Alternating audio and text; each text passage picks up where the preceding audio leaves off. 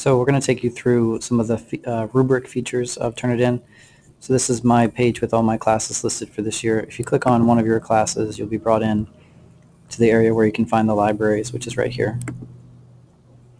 And then once you click on that library, you'll see different things here. You'll see the Quick Mark Manager, the Rubric Manager, and the Pure Mark questions. So those are the three things that we're going through today for the advanced session. So if you click on Rubric Form Manager, you'll be taken to the template. Some default rubric will appear. And then if you click over here to the left, you'll see the different options that you have. So you can create a new rubric or also something called a grading form. You can copy this rubric, which will allow you to edit it if you wanted to edit it. And then you have the standard rubrics that have been preloaded into there, into Turnitin for you. And then you might have some rubrics down here, which would be any rubric that you've already added to to your account, or you've created yourself or imported. So if you click on create a new rubric, just so you can see what it looks like, you have the standard kind of template here for creating your own rubric if you wanted to. Down at the bottom here you have different options. So if you wanted to change the type so that there was a point in each of the items, you could do it that way. Or you could do what they call a qualitative rubric, where there's no score attached to anything. So the one thing that we wanted to talk to you more about was this issue of importing and exporting. So if you go over to this little box, you'll be given the option to import or export. So we'll start by exporting. So if you wanted to export a rubric, and why you might want to do this is if you have a rubric that's in your account that you've created that you want to share with someone, you select the export.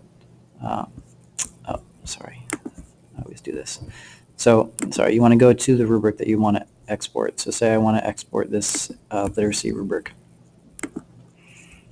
So, let's see, why is this happening? Let's go here, literacy rubric. There it is. Okay, so here's the new SAT rubric for writing that they put out recently. So say I want to share this with my colleagues. I would hit export, and it will automatically start downloading. And you'll notice that it's in an RBC file, which, to be honest, I don't even know what that stands for, but that's the Turnitin's extension. So you won't really be able to open this in any other place other than Turnitin.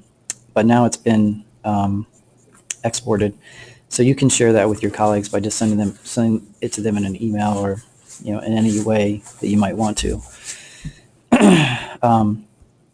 So then, say, just to switch gears for a second, if I want to import that rubric, so say someone sent that to me, I click here, I go to import, and then I select that file. So I'm using a Chromebook, so this is the file that just came through, the literacy rubric, and I select open, and it's there. So now if I go back to my rubrics and I look again, you'll see that I've got 3 of these SAT models, and that's simply because I've been modeling for different people how to import rubrics. So one last thing I wanted to share with you was, if you go click again on libraries, and then under teaching tools, you'll see different rubrics that have been put in here by Turnitin. So if you saw one that you liked, so say the public speaking one, which is this first one over here, you would click continue reading, and you'd be given the option at the bottom, if you scroll down, to download it. So it would follow the same procedure. So you would download it, it would end up down here, and it'd be saved on your computer, and then you could import it the same way that we just imported the other one. You could import this rubric, and then once it's in there, you can edit it the way you want to. So I'm not going to do that again because I've done that a couple times, but I'll just show it to you. So if I go back into the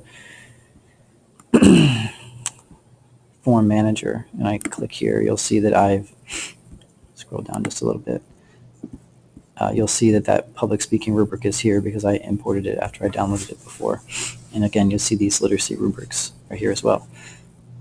So that, in a nutshell, is how you can import and export rubrics into Turnitin.